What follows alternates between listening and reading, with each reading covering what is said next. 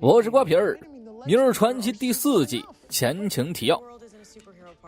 查理在任务中得到龙蛋，为救队友，雷把躯体交给恶魔内龙控制。内龙带着康斯坦丁见识了恐惧的力量，战胜内龙后，他跳进地狱，踏上了寻找雷灵魂之路。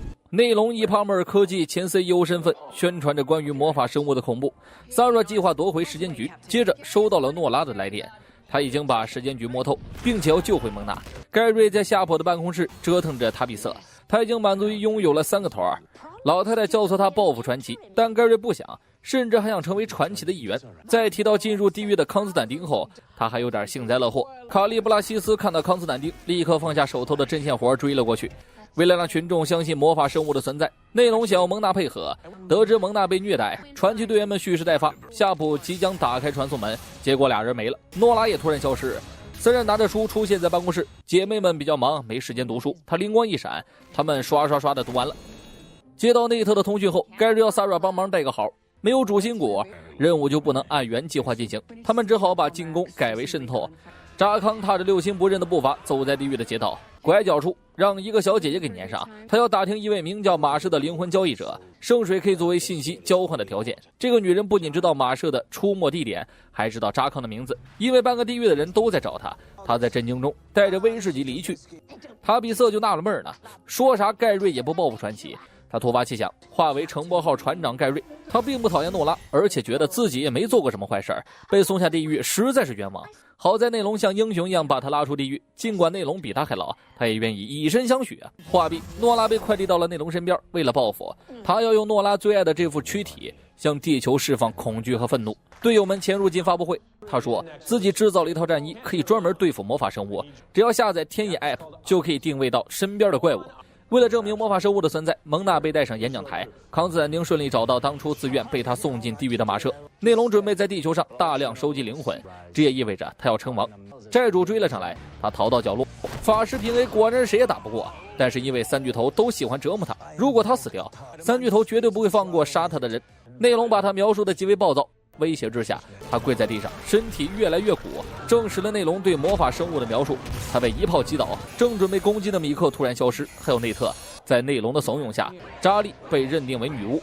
他借此机会让大家下载天眼。乘波号上的人越来越多，船长盖瑞登场，他要带着大家去处理时代错误，姿势还十分嘚瑟。天眼的下载量没有达到预期。塔比瑟走过来之后，他希望诺拉能回到牢房，但是没说是哪间。同为女巫的他们无需多言，蒙娜的情况不太乐观。离去前他还嘱咐一句，要召唤我就会出现。2人逃到扎利儿时的家里。在进入天眼这个 app 之前，扎利要仔细阅读服务条款，毕竟是恶魔研发的软件。结果发现上面写着，用户同意将自己的灵魂永久奉献给恶魔内龙。船内的人负责陪盖瑞玩，他们俩要把时间局的怪物都给救走。他们试图和盖瑞拉近关系，他也知道塔比瑟一直要他伤害传奇，但盖瑞只想和他们玩在一起，他不想再被当成笑话。召唤出塔比瑟后，米克被变成巨婴，内特变成了学生时代被欺凌的可怜虫。剩下俩人成了舞蹈家，1倍速度不尽兴，调到了1.5倍速度，没看过瘾，又来了个2倍速。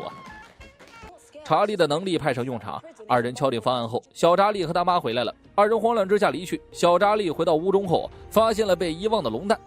康斯坦丁被带到撒旦面前，和3巨头打过招呼后，进入正题。他们不屑对付未成气候的内龙，但毕竟是个隐患，康斯坦丁可以作为他们的武器。作为交换，他要带走雷的灵魂。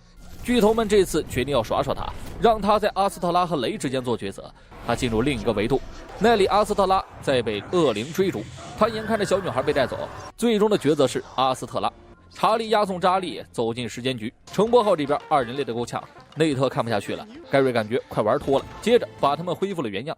看到蒙娜越来越虚弱，诺拉于心不忍，他呼唤出仙女教母。飞船内的塔比瑟抛下盖瑞离去，除了米克想杀他，其余人都意识到自己的错误。他们希望盖瑞能利用仙女教母救出雷和康斯坦丁。他虽然救不了蒙娜，但如果诺拉拿走魔杖，与蒙娜签订契约，他就可以许愿治愈自己。他伸手抓向魔杖。诺拉接管教母职位后，许愿并未成功，因为仙女教母与盖瑞的契约还没有解除。塔比瑟恢复自由离去，诺拉被气得浑身痒痒。查理拿到传送带，他假借塔比瑟身份偷偷离开，结果让内龙拦住，还想亲一口，但是被拒绝。脱险后与扎利联系，内龙正准备把怪物放进城市，黑化的塔比瑟又出现，他才意识到被耍了。查理把关押魔法生物的囚笼全都打开，返回城堡号的通道也被开启。查理要带领他们越狱，盖瑞呼唤仙女教母，他许愿把雷和扎康从地狱救出来。结果诺拉还没有准备好就被吸了进去，在食人魔的疏散下，怪物们有序地逃进城堡号。他找到蒙娜，结果让塔比瑟遏制住。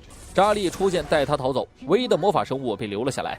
阿斯特拉赴约而至，但是他不愿意与他返回人间，交易无效，他也必须阻止内龙。但在这之前，恶魔们并不介意好好折磨他。拥抱让二人想起一件事儿，就是龙蛋丢了。小查理把他抱出来，蛋壳慢慢破裂。诺拉来到固定出生点，虽然没有人愿意帮他找扎康，但是仙女棒可以。查理看了直吐舌头，变成政府官员，这是计划的第一步。康斯坦丁正在被折磨，仙女教母一进来就特别豪横，仙女棒一挥，下一个任务是去找雷。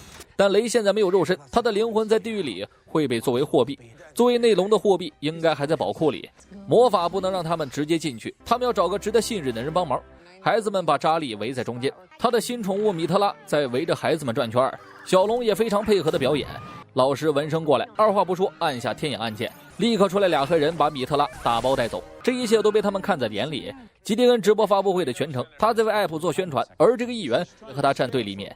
塔比瑟猎食小鸡，查理又变成了塔古莫，人们开始四处逃窜。内龙刚好借此机会打广告。萨拉知道他可能会是查理，所以不能攻击，但是可以打旁边的老太太。